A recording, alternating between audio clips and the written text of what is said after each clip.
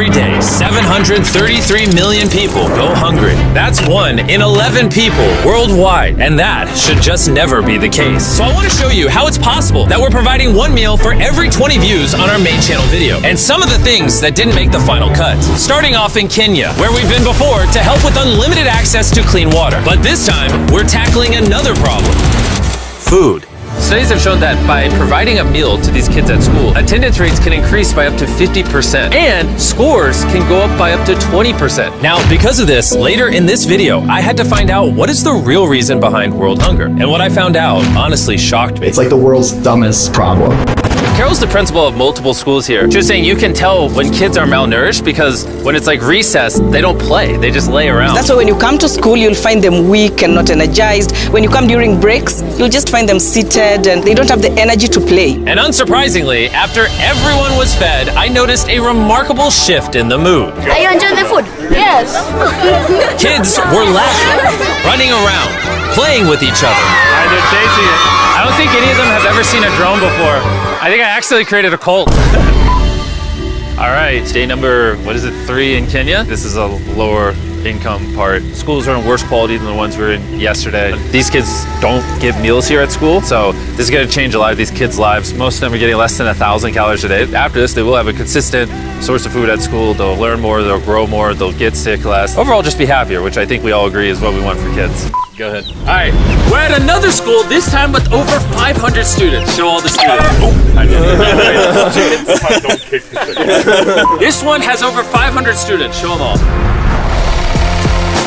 And after feeding thousands more, we set them up for the future by hooking them up with everything they could possibly need. But before we left, the behind-the-scenes team was given an exclusive look through one of Kenya's top universities, where I had the chance to speak with some of their business students. What's your long-term vision for philanthropy and making a world a better place? So long-term for us, we have a chocolate brand called Feastables, and I started studying our supply chain. I was like, whoa, there's a lot of people who are below the age of 16 on the farms, so this is kind of not cool. So hopefully the long-term impact we have is there's over 1 million kids in child labor, and we make a big dent getting as many of those kids out of child labor as possible.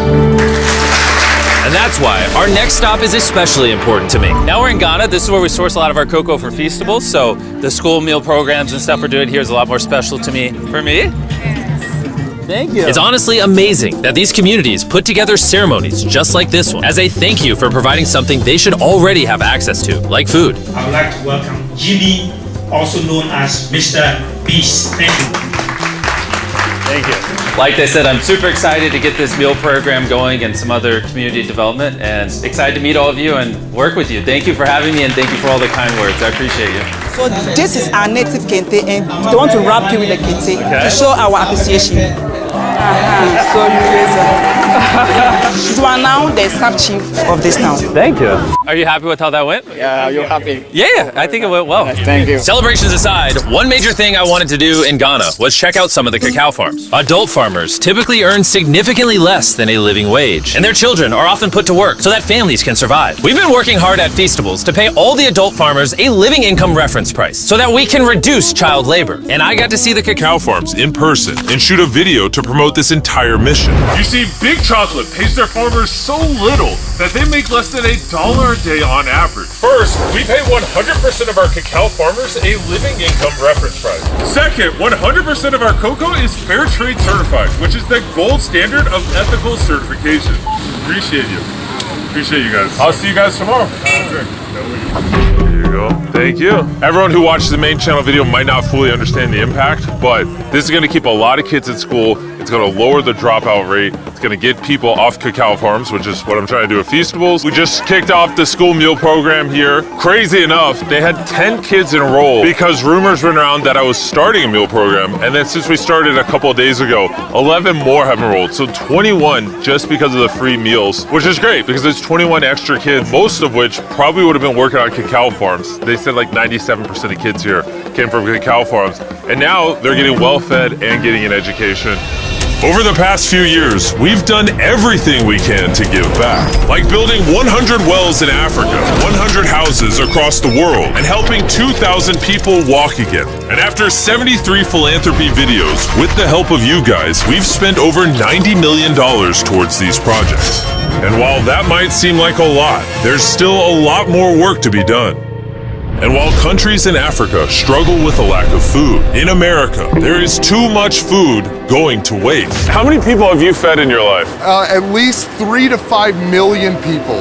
Isn't that crazy? It's unbelievable. This is Evan, and for the last 6 years, he's dedicated his life to building Sharing Excess, a non-profit organization dedicated to reducing food waste and feeding those in need. And they've saved over 118 million pounds of food from going to waste. And it's all possible thanks to volunteers, donations, and this massive warehouse. This building alone is the size of 14 football fields. It has 700,000 square feet of refrigerated warehouse space. I didn't know buildings this big existed. Look how long it is. And this is just one section. There's a ton of these. Since unbelievable amounts of food end up in landfills each year, reducing food waste could literally end world hunger.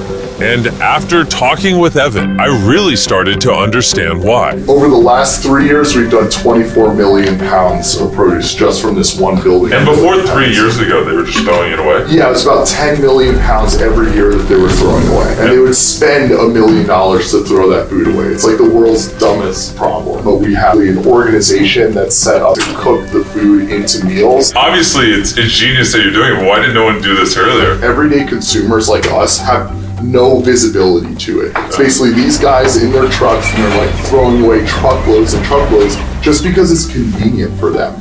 We're there as consistently as a trash truck would be there, and we kind of beat the trash trucks. A pallet of food that they would throw away would cost them $100. We've saved them at least $1.5 million in waste costs here. In America alone, nearly 133 billion pounds of food goes to waste every year. That's the equivalent of almost 200 Empire State Buildings each year.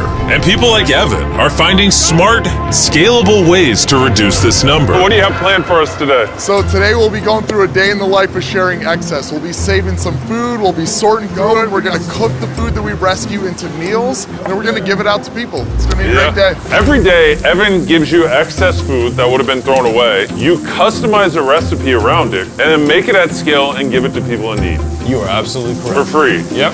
Why? That's part of my past. I'm formerly unhoused myself. I struggled with drugs and alcohol for a long time, and I know what it's like to be hungry. Just while shooting this video, we made 300 meals in that kitchen. But because of the views the main channel video will get, Chef Matt is going to be able to make thousands and thousands of meals for people. Nolan, I think we're gonna need some more peppers. Could you come in for me real quick? Some more peppers? All right. All right, they're gonna be right over to the right in there. And yep.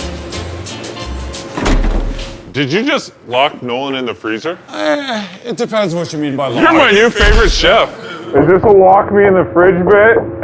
Is that what's happening? We spent a total of 2 days in Philadelphia prepping, filming, and handing out a ton of food. And once we were done there, we took the operation back to my home state of North Carolina To do a free food drive for the local community. Every car here is getting a box of perishable food, some packs of grapes, some bananas, some meats, lots more vegetables, pre-made meals, things that would have been thrown away, but because of Sharing Excess, isn't. Evan, how does it feel to see all the food you saved go to people who need it? Oh my God, it's like a dream come true. In total, we fed over 7,000 people during the production of this video. However, that number will continue to climb the more you watch the main channel video. So if you haven't already, go watch it. And if you've already seen it, go watch it again and give another meal to